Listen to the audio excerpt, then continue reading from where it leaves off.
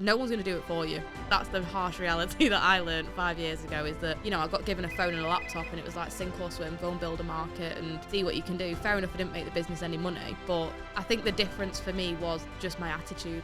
I wanted to do it.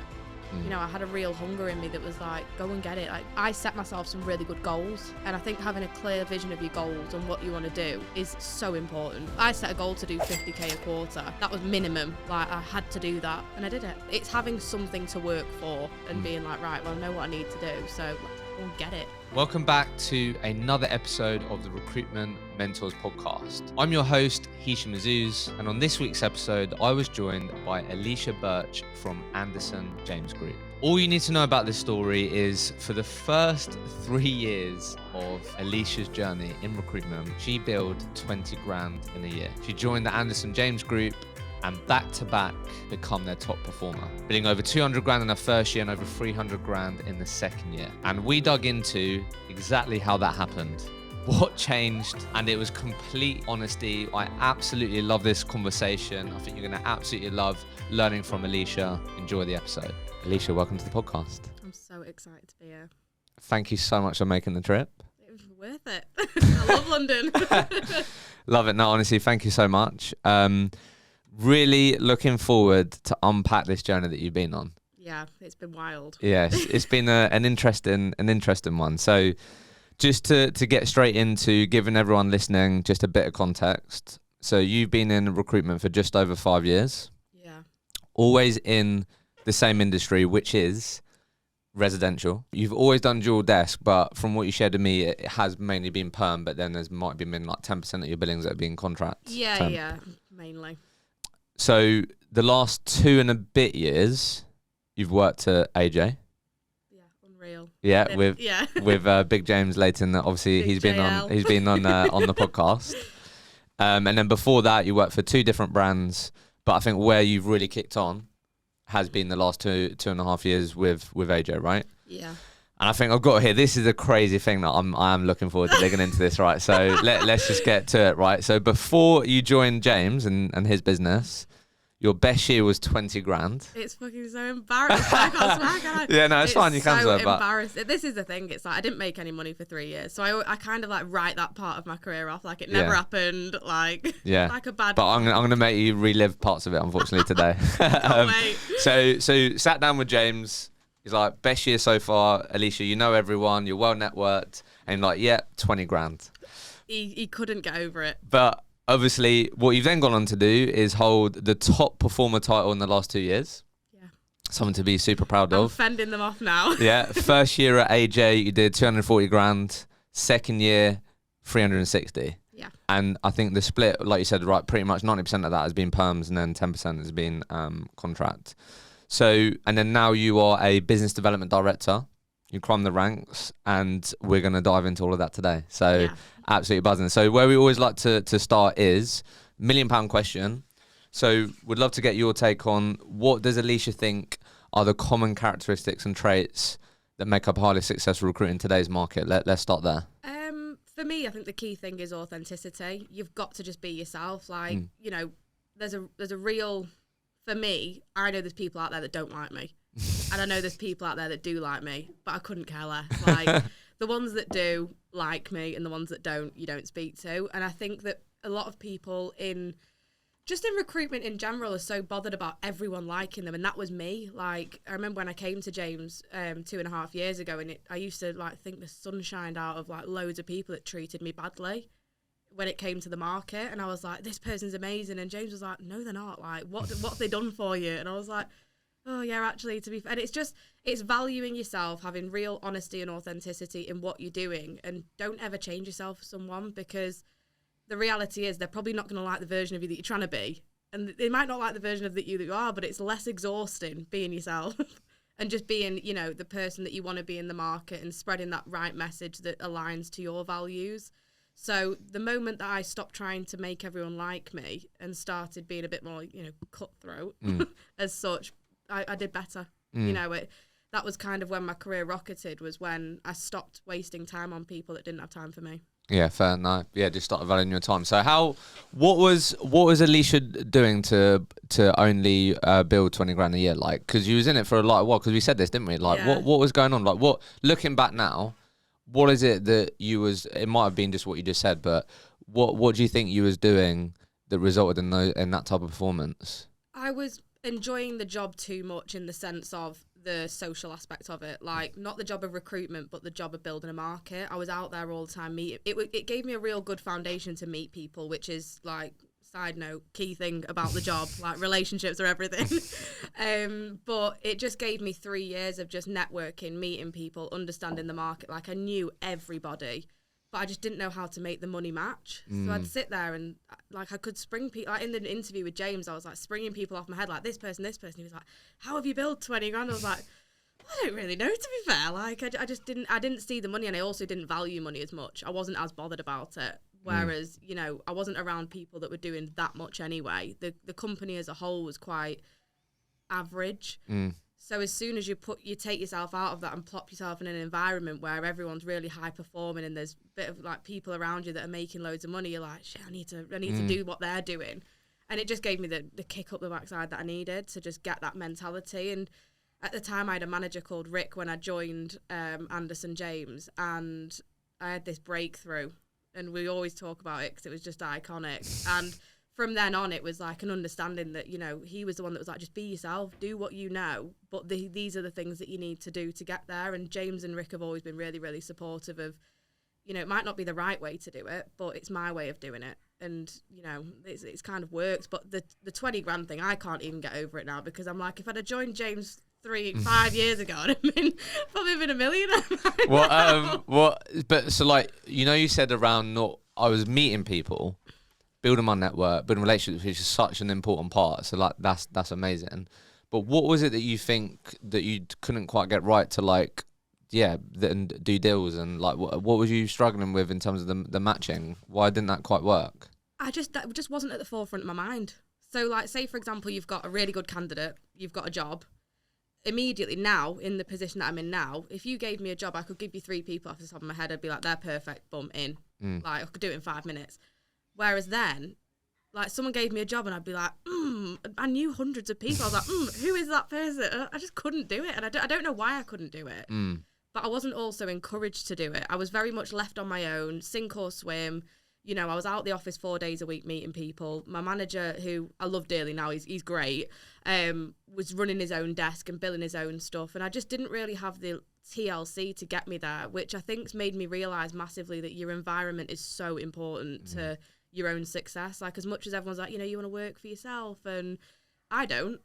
I'd be terrible. I'd sit in bed every day. Like, I haven't got that, like, core motivation inside to run my own business, but I also really appreciate the people around me that push me forward. So when I am feeling a bit like that, they're like, come on, Allicia, like, pull your shit together. Like, you know how to do it, and then it's straight back to normal. Lasts about a day, whereas before it would have lasted weeks and I'd be in a slump of like, oh, I don't know what I'm doing. So it is massively the people around you, but I just couldn't pin candidates and money together. I just couldn't do it. I don't know what it was. It was like a mental block. Yeah, fair. Okay. So you mentioned, so let's just get on to the last 2 and a bit years then. So with, you mentioned there with Rick, you said, right? Yeah. So let's talk about that breakthrough moment you just said, because you said something interesting in terms of like, the message was be yourself. Love that.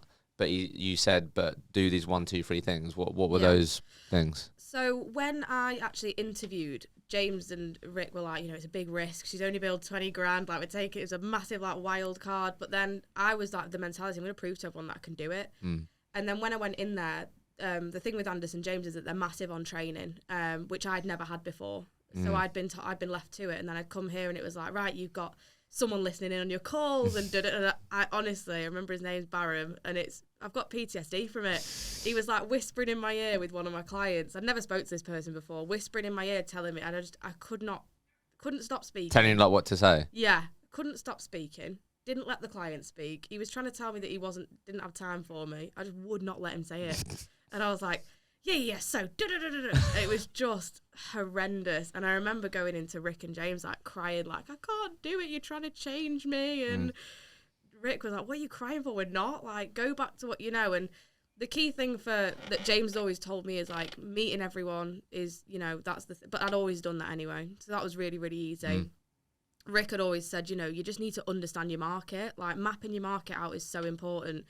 If you ask me any question about my market, I could answer it like off the top of my head. I can answer like which people are here, which people are there, how many managers they've got there, how many direct. I can do it all, but it's taken me 2.5 years to get there. And that's kind of put me in the position that I'm in now. But the main thing Rick always told me is that it's so important to understand your market. Like, if you don't know your market, you're never going to make any money. You don't know where the money is.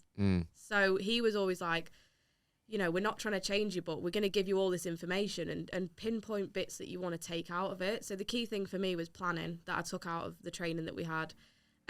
Listening, listening more than you're speaking. That's simple, really, isn't it? But, it's a lot harder to do. Yeah, it is. And, you get excited, don't you? Like I still get excited to this day about the job, but I think when you start making money, as soon as someone says, yeah, we'll interview them, you're like, yeah.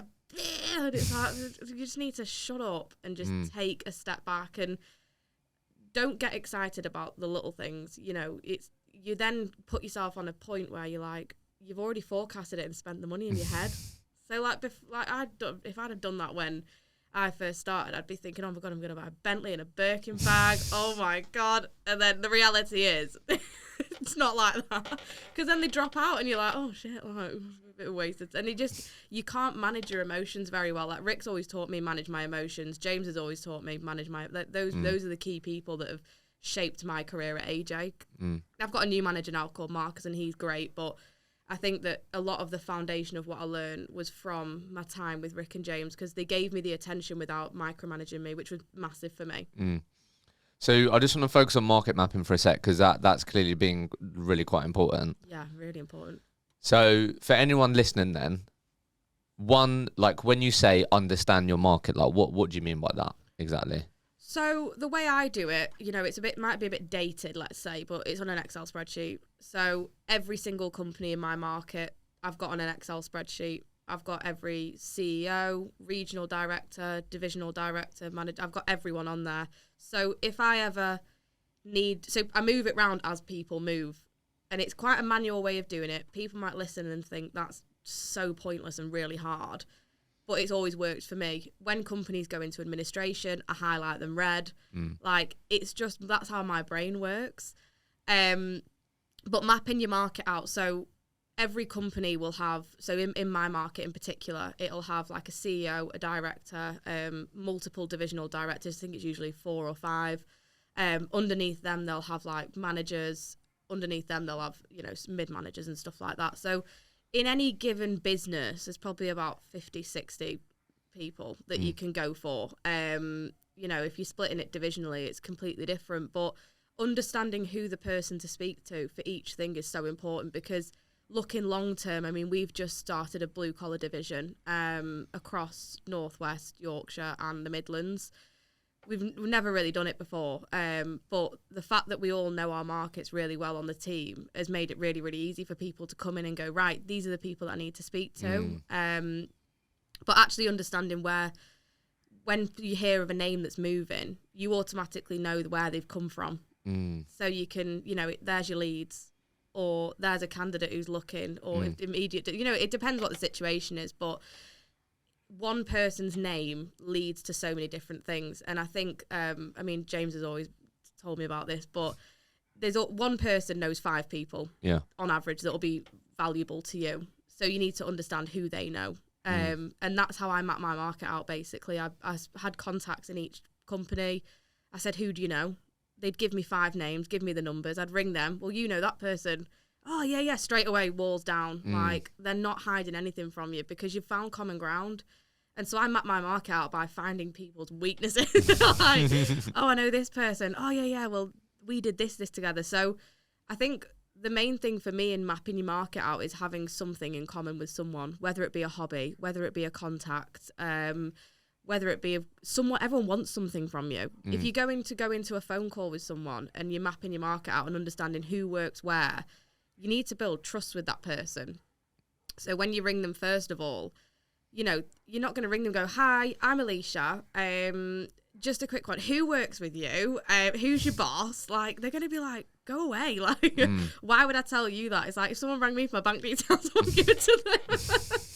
So you've got to have that same mentality of like, what would you do if someone rang you in that position, or someone was, you know, trying to understand your business? It's having a reality check of like, right, okay, well, what do I need to give that person? So I'll ring them and be like, hi, Paul, let's say, for example. I was speaking to Barry, and they're like, oh, yeah, how is Barry? Yeah, he's great. I just wanted to get a bit of an understanding of your business, blah, blah. And that's how I did it, was just being really relatable and having a laugh with them. Like, it's not that deep. I say it to everyone, I'm like, it's not that deep. It's having a conversation with a person. Like, we all go home, have our tea, put our jammies on and go to bed. We're the same. That's the reality. Yeah, I love that. So I was going to ask you, like, okay, so if maybe an old call that Allicia would do would sound like that, or someone listening right now, their call would, like, they know that the importance of getting information, understanding more about that business, but the only way that they feel like they can do it is by, creating that experience that you just described. But now then what you're saying is, because you've done that upfront work of market mapping, or always committing to understanding where people are at, where they're going, and you're asking good quality questions like, who else do you know, or what challenges do you have? Or, you know what, actually, no, this person that had that challenge, but now they're sort of doing this.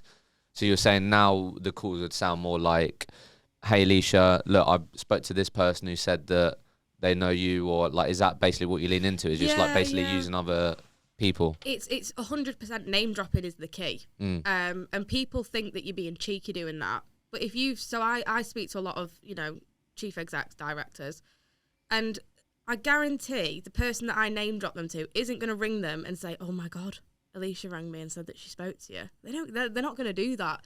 Just knowing that name is going to have power. So for me, like, I'll ring someone, I'll have a conversation. Like, I've got some great relationships at like a top level, and I always name drop them. And I tell them, I'm like, oh, I'm going to ring that person. They're like, yeah, do you want his number? I'm like, yeah, go on then. Why not? Like, you know, you've got to just be cheeky.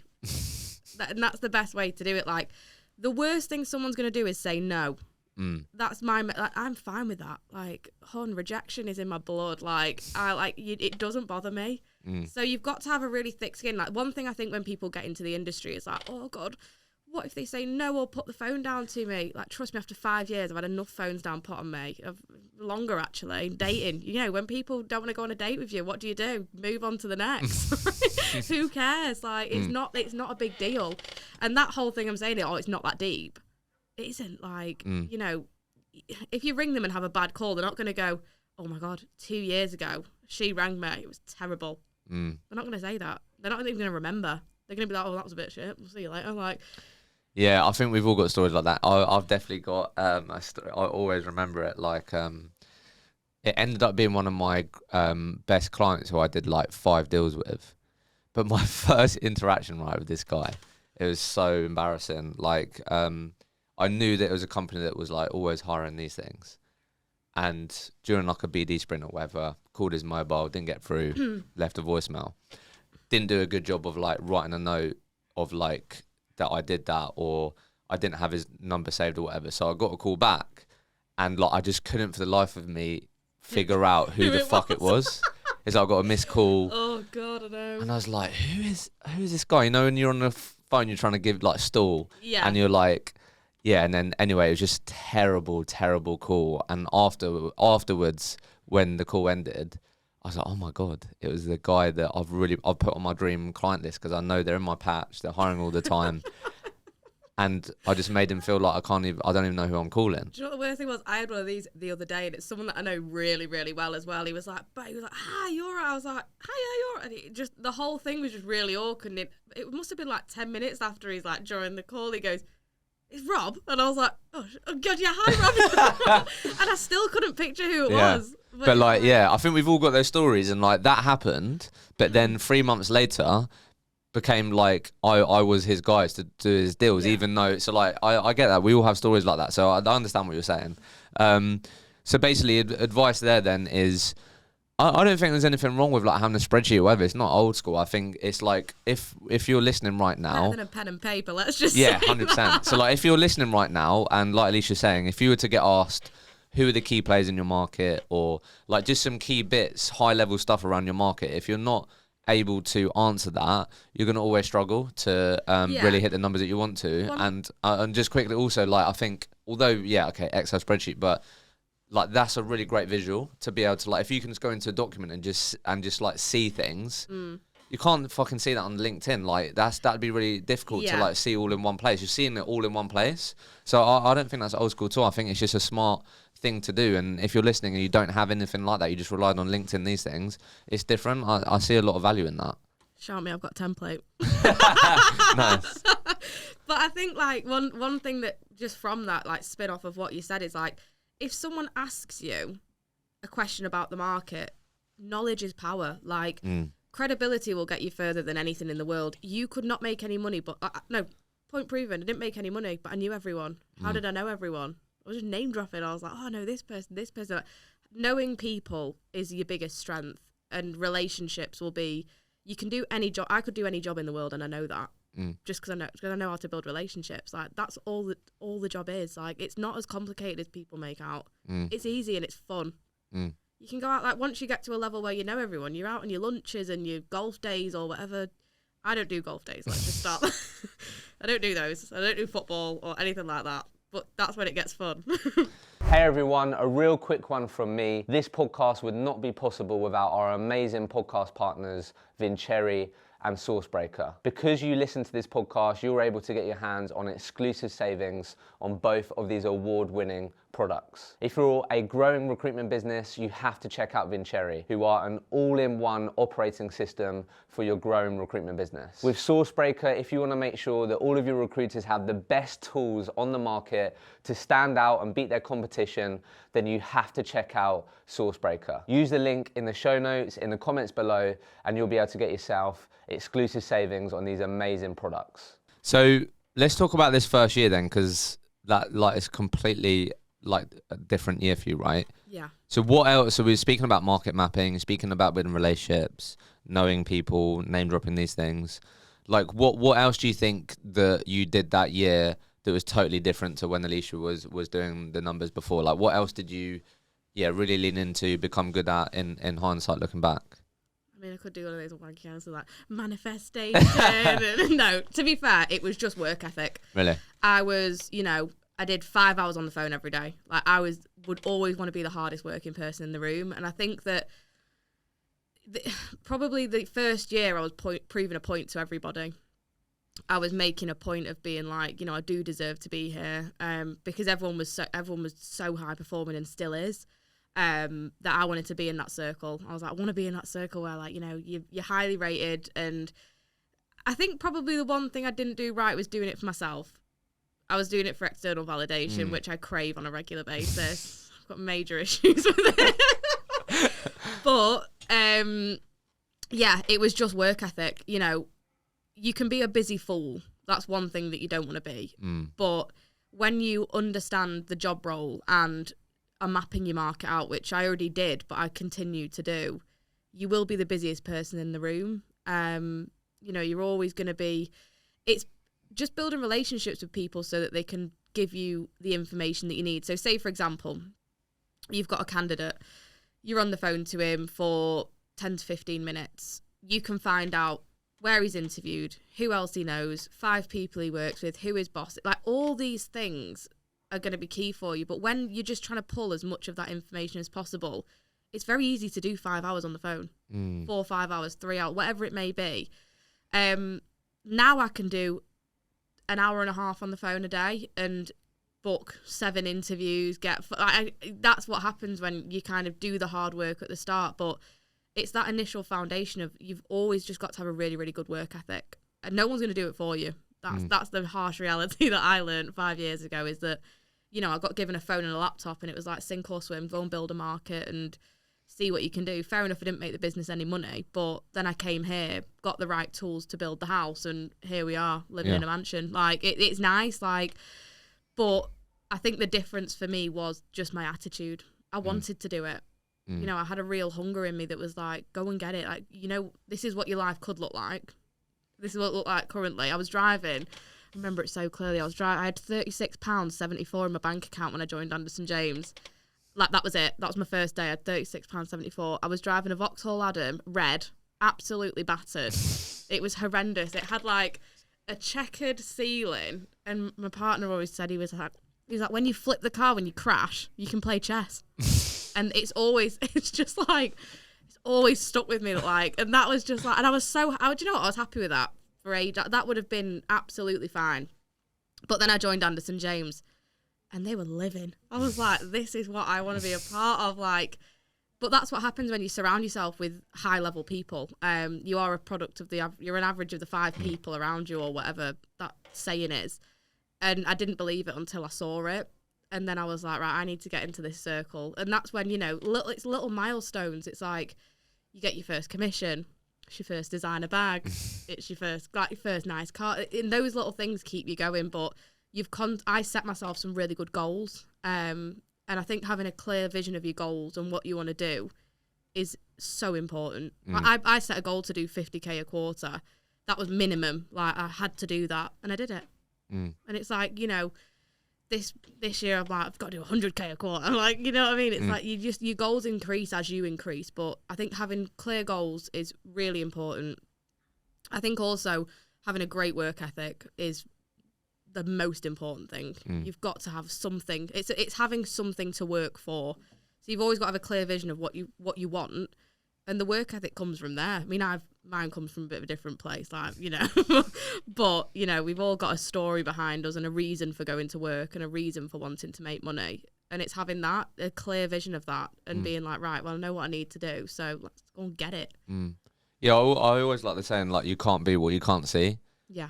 And I think that's a really sort of cool part of this story. So just wanted to focus on one bit of what you were just saying. Because I think actually when I speak to a lot of managers, owners, and you always hear this terminology like, get leads. Do you know what I mean? It's like, it's very classic. But what I really liked about what you said, and I think people early on can sometimes miss this, is like, you can really have the blinkers on, right? You've got a job, you're working on it. I speak to Allicia, who sort of fits the sort of thing, and I've got my blinkers on. I'm like, could Allicia do this job? I'm gonna ask the questions. Does she have the right skills, the right background? And that's all I'm focused on. Yeah. But obviously, what you just said in terms of being on the phone, building relationships, doing all these things, you literally just reeled off like 7 different things that you could get from that phone call, which isn't specific to just one job. Do you get what I mean? 100%. So I think people listen to it like, what? So let's just get really granular for a sec. Like, call it getting leads, whatever, but it's getting information. Information's power, right, as you said, and we're building markets. Getting to know, yeah? So from your perspective, a candidate call, what are some of the things that you can get from that beyond, can Allicia do this job? Because you just reeled off a lot. So what are always the typical things that you've got front of mind that's bigger than this one job? If I'm honest, leads are BS. Okay. Like that. What is a lead? Is a lead that they're moving? Is a lead that they've interviewed? Like, what is it? Like, I think it's the getting to know is the lead. Okay, getting to know. Yeah, like the GTK.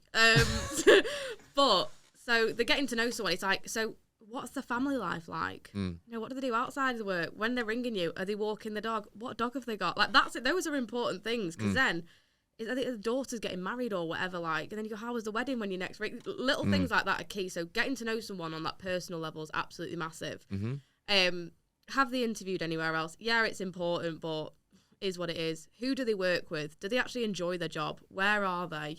Is there anyone there that, is anyone looking that, have you heard anything? And these little key bits of information will give you leads if you've got the right tuning in your mind. And this is where I think people forget, is the fact that, say, for example, I spoke to someone the other day. I still forget things on the phone now. Like, I'm not like saying, you're not perfect. I'm not the Gandhi of like, phone calls and getting to know people. Like, but my process is, I'll always ring them, and then I'll always go and have a coffee with them or a drink or, whatever you want. Like, I'll always do that, because I then get a deeper level of understanding of who they are. But that first initial conversation, you're just understanding, what their current situation is like. Who are they around? Who do they report into? Do they like them? And they're automatically, you're like, right, do you like your boss? Oh, no, not really. He's a bit of a da-da-da-da. Like, then they drop his name. There's you building your market straight away. So they report into that person. You can add him to the pool of people that he works with. yeah, family stuff's really, really important. You've got to understand what the life looks like outside of the day job anyway. But it depends really. My conversations are different on client and candidate. So my client calls, I don't really talk about, like, I just talk about them. I get an understanding. I want to understand you. I want to understand your team. I want to understand what the business is like. Do you know the reputation of the company? Like, I'm always here to serve hot truths to clients. Like, I always say to people, I'm like, do you know what people are saying about in the market about you? And they go, oh God, no, what are they saying? Well, it's not very good. Like, you need to be there to give them that, because you are the expert. You know more than anyone, you know, what the market's saying, because you spend 4 hours a day speaking to the market. So if you hear about one business that isn't doing very well, you want to ring them and let them know, you know, how is there anything that I can do to help? Like, automatically, well, do you know what, actually, we're really struggling with this. Okay, cool, there's a problem, I'm here to solve it. So that's on one side, that's that. And then on the other side, on the like candidate side, it is just getting to know them and getting a real understanding of, like, do they actually enjoy the job? Is there anyone that they work with that they don't like? Have they had loads of people leaving? There's immediately, you know, there's jobs there because the people are leaving. Like, it's a spin-off, but the key thing is getting to know them.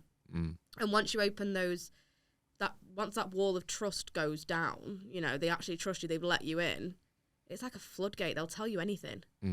But the key thing is that you've actually got to really value those people. Like, think of them as your friends. I'm the same with them as I am on a night out. Like, I've got the same banter, you know, I'm just myself. And the thing is, caring about people is really, really important, but they know straight away if you care or not.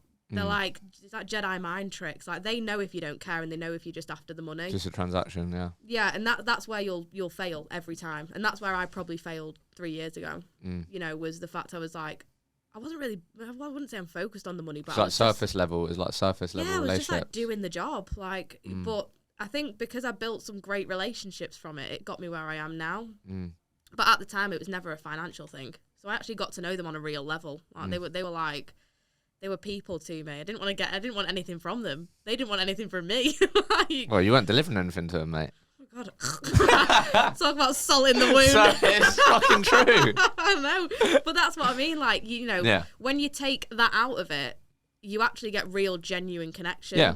And that's probably what I would say to anyone that's starting out in recruitment in any market. You've got to be genuine. You've got to actually care about it. Like, and you know, as a business, we've seen people come and go that you can tell that they don't care straight away, and they don't make any money. Like, goes hand in hand. You've got to care. You've got to actually care about these people. So what I wanted to just get your experience on now then is, how did you keep your feet on the ground? Because surely, like, that was a completely different year for you. And I think it's very easy to sort of talk about what to do when things are tough and all that, but I think it's just as important to, like, share how you made sure that, Allicia didn't become like a dick, basically. Like, you went from like being not a big shot to maybe being feeling like. Question was coming. Just it's a fair question. Ask James. He gave me a few harsh reality checks. Okay, well, talk to us then. So, like, what did you learn about yourself then from going from that to that? Because you would have earned a lot more money. Yeah. Like, how? Yeah. Did you stay grounded? Did you not? No. Let's just keep it real. No, I didn't. I was an absolute bell end. Really? Yeah. Facts. Like, do you know what? I'm not a malicious person, and my heart's always in the right place. But I think it was when you realise how good you are, or how, you know, how successful you can be, you start being like, well, you need to be that. Like, you start going around thinking, and you know what? Like, James, credit to him, man. I'm so glad he did it. Me and James have had murders about stuff like this. Like last year, that was the year before, sorry. It was very much James telling me, like, look, you know, remember who you are. That's not you. And all it took was him to have those harsh conversations. But no, I didn't stay grounded at all. So what does that look like? You were like just saying like what, you weren't very empathetic or understanding. I was a terrible person to work with. Really? That's why I can't manage. Like, I've not got the patience, and I expect everyone to do it the way that I do it. Reality is they're not. Like, no one's the same. And that's probably where that had to sink in real quick. But I went from, you know, I had a pretty good job prior to working in recruitment. I was a supervisor of a restaurant, and I earned really good money. Like, it was like footballers everywhere. It was mega. Like, and that's how I learned to talk to people and have no judgment on where you come from, because I had the same conversation with them as I would with someone that's just coming for a bowl of chips and a glass of rosé. No judgment here. Like, we all love it. So I think that when I started making good money again, but it was probably 4 times the amount of money that I'd made doing that other job, I was like, oh my God, I'm Beyonce. Like, I just all of a sudden got in my head and thought I was this person that I wasn't. I'd say probably the past 8 months have been really, really shaping for me on a personal level, because what I realised was money doesn't make you happy. Really? Yeah, massively. Like, I was earning the most money. I realised I had no friends.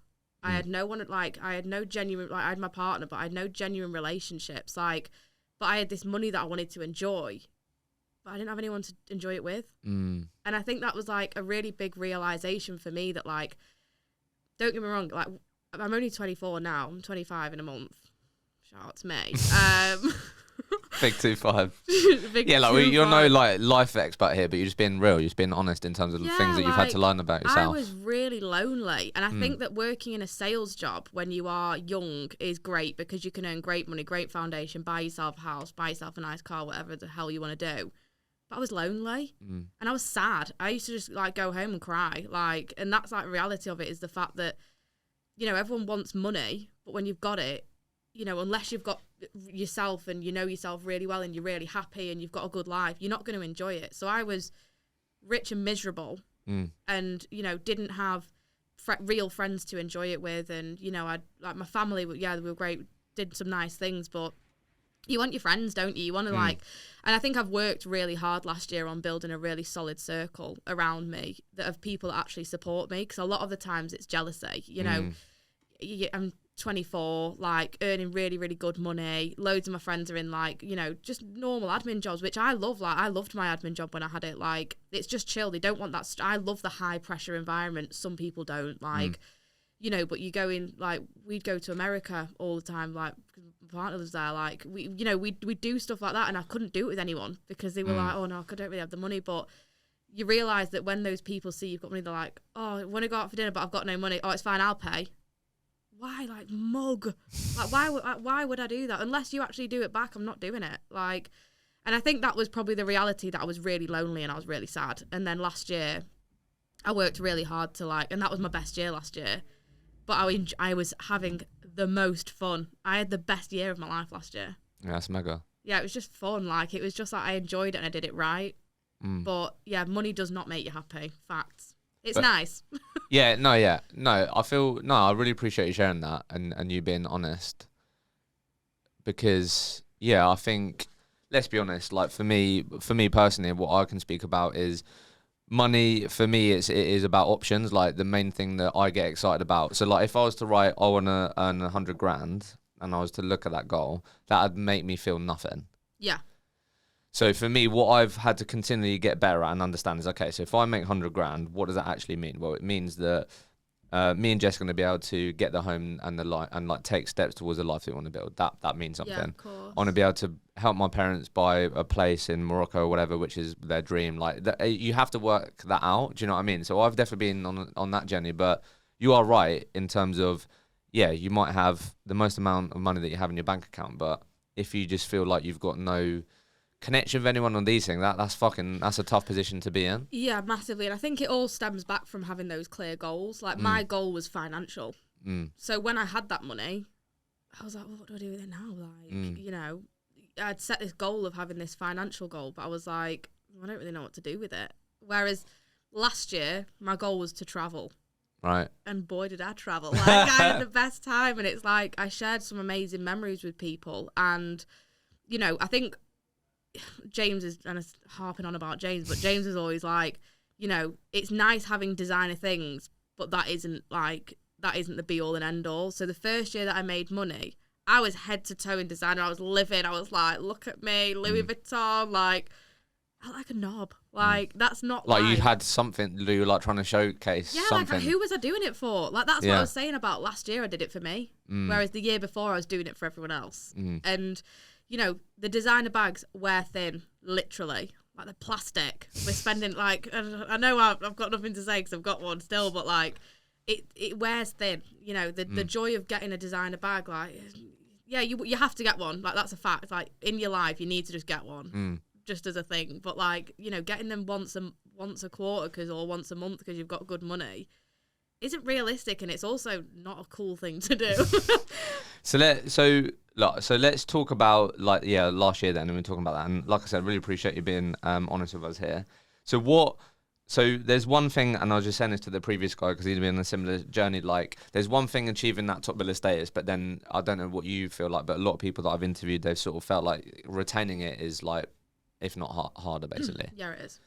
So what did sort of, again, what I'd love to ask you is, like, what did you have top of mind? Where did you sort of try and get better in the 1% in terms of going from 240 to 360? What did you do anything differently? What did you double down on? So planning for me was key. Okay. So I've started something last year which was called the 12-week year. Okay. It's life-changing. Talk to us. No credits to it. Someone on TikTok showed it me.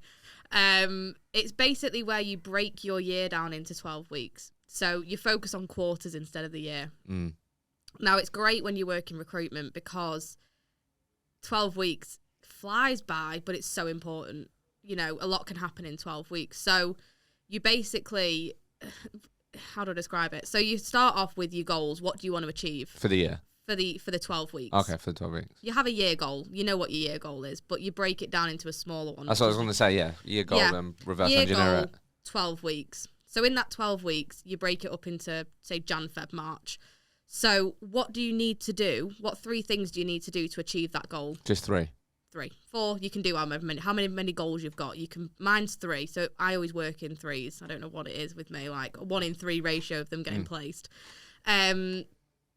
Break it up into 3. So what do you need to do that 3 things? So what daily tasks do you need to do to achieve that goal? So every month is different. So say, for example, I'll use one of my things. So mine would be do 100 grand in a quarter. Okay. So then break it up into 3 goals. How many placements do I need to do to do that? So I think mine worked out it was like 12 placements to do that. So then that's done. So I need to do 12 placements. What do I need to do those 12 placements? Daily. Well, daily. So I need to send 9 CVs a week. I need to have 5 interviews a week. So I broke it down really, really nitty gritty, and that was my KPIs. But the 12-week year is really important because you're not worrying about the year. You know, I think one thing with newer recruiters is that they panic. Well, I've got loads of time. You haven't. Trust me. And it changes by the day. It's a roller coaster of emotions, but breaking it down into a 12-week year will just give you so much more manageable time because you're not worrying about what's happening for the rest of the year. You don't care if the market's taking a turn in July. You're focused on January, February, March. Because if you do those things, it plays out anyway. Exactly. And it can be the same every 12 weeks, but just managing that is really, really important. So say, for example, January, February, March is a key time for me to meet clients and candidates. So I'll target myself on 10 meetings a week. I just need to hit that. That's like, so I want to meet X amount of people. I want to meet majority. So if your target is I want to meet half my market, it's going to be hard because the market's big, but how do you do that? Well, I need to meet this many people a week. Well, how are you going to meet that many people a week? I need to make this many phone calls. You know, some of them are going to drop out, so you need to make more than... It's having it in a really manageable... Like, I need manageable things for me. Yeah, no, it really breaks it down. And then how do you hold yourself accountable? Every week are you reviewing... So, I've got a spreadsheet, shock. Yeah, that's fine. That is basically... I keep track of everything that I'm doing. Okay. And there is a template for this on a thing called Notion. So I use Notion. Yeah, Notion's amazing. There is a 12-week year thing on Notion. Oh, really? Mega. I can send you the template. It's so good.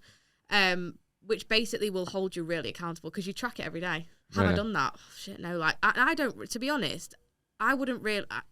2 years ago, I wouldn't let myself leave the office on a Friday if I hadn't have done it. Now I'm a bit less lenient because I know how to get... If something drops out or I don't do something, I'm like, oh, it's fine. You back yourself, yeah. Yeah, I'm just like... But you've got the evidence. You've worked hard to get the evidence. Gone, no, Allicia, I can do this. But I wish I did 12-week year when I started recruitment. That was it's so good. Like, it just holds you really, really accountable, but it also keeps it quite manageable for you. You know, it's like 12 weeks.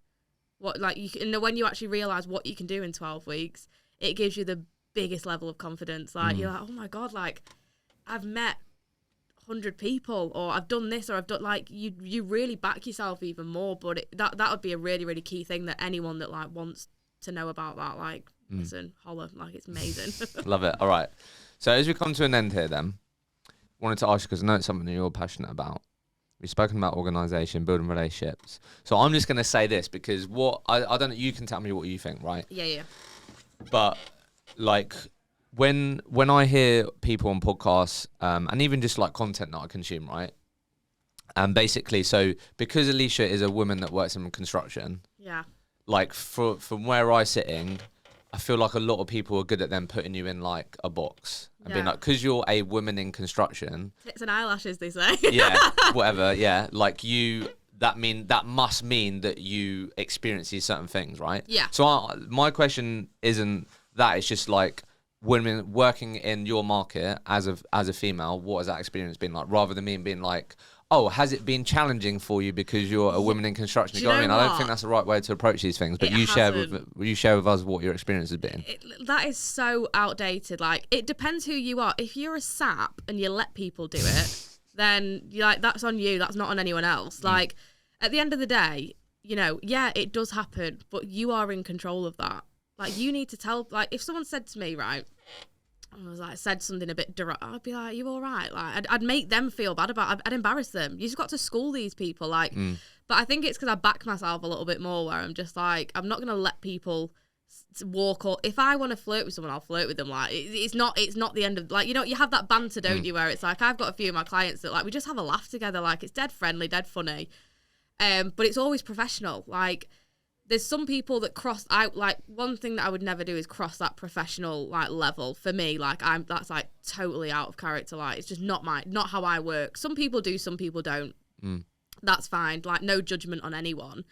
But for me, I'll always flip it back. What do you mean? Like, does your wife know you're saying that to me? Does your wife and kids know that you think that? Like, do you know, like, you've got to, like, it is tough, don't get me wrong. Like, there are a few people, it's a lot more educated now, the industry in construction, like. So you have found it tough? Yeah, at the start I did, because I didn't back myself, and I'd let people just, like, say the most horrendous things to me, like, it, but looking now, it's not where it was. And I think as well, how do I describe this now? If you allow it to happen, it'll happen. Right. And it is a tough industry because it's very male dominated, but I'm massive on women in construction. You know, I've placed a lot of females into businesses, and encourage a lot of people that are female to get into the business. Like, and it is hard because I think people still have this preconception. It's not what it used to be. Even 5-6 years ago, it was bad. It's not that now. Like, there are people a lot tougher on within businesses, so it isn't like that. However, you know, you still get the odd person. It's not like, who cares? Like, just embarrass them. Like, it's the best thing to do is be like, oh, shut up, like, you weirdo. Like, you're right. But that's the best way to do it. Whereas some people I know feel quite intimidated by it. But you've got to set your stall out, and, you know, you'd be like, don't speak to me like that. So what's the advice for people then? Okay, so if I'm listening right now, I'm female, working in construction thing, what is there any advice that you have for me? Like, you are in control of the level of banter. If you don't like it, just say you don't like it. Like, I'm very, very vocal about how I feel about things, as you probably know. Like, I'm not afraid to tell people what I think. Used to be, now I'm not. When I was afraid of what people thought of me and tried to make everyone like me, if you put someone in their spot and they don't like it, you don't want to work with that person. They're not the type of people that you want to involve yourself with.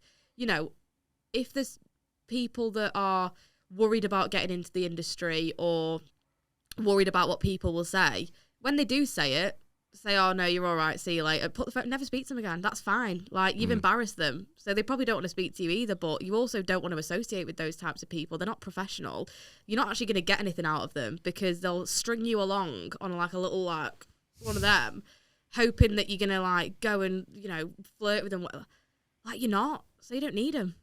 Fuck them. Like, it doesn't matter. But I think people do feel a level of pressure when they are new to the industry for everyone to like them and to go along with it and to be like, oh yeah, like, no, No, just like put them in their place. But that's taken a bit of time for you to like grow confident. But I think that it's very easy when you get into to do that. Like, don't worry about what people think about you. That seems to have been like the constant thing. It's easier said than done, that though. Yeah, it is. But I think that having respect for yourself and knowing that you are a professional person, backing yourself in the sense of, you know, you're credible, you know what you're talking about. Even if you don't, you do. You know, whatever. Like I probably don't know what I'm talking about half the time, but I'll say I do. But just backing yourself in the sense that your values aren't that. Like, you don't have to lower yourself to anyone else's standard. Like, you're there to do a job. You're not there to be, you know, like dolly trolley or whatever. I don't know what that word is, but like, you know, you're not there to be like an eye candy for someone. Like, you're professional. And at the moment that you set that stall out and do that, people have so much more respect for you.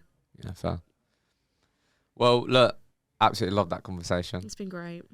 Nothing short of authentic, which brings us back to the first point, which, look, that's what I'm all about. That's how I roll. I think, look, credit to you. I think that's, like, your story is what's so cool about our industry, I think. Like, if you're someone that's willing to work hard, learn, look yourself in the mirror, then there's no reason why you aren't able to achieve the life or the goals that you want, you know? So I think kudos to you to turning it around. It obviously hasn't been easy. You've had to have some tough conversations. You've had to have people be honest with you. And again, that takes courage to take that on, you know? So massive thank you for coming on the pod. Thanks for having me. Absolutely loved it. Thank you so much for listening to the episode. I hope you enjoyed it and got value from the conversation. If you did enjoy it, please don't forget to like, share and subscribe, and we'll see you in the next episode.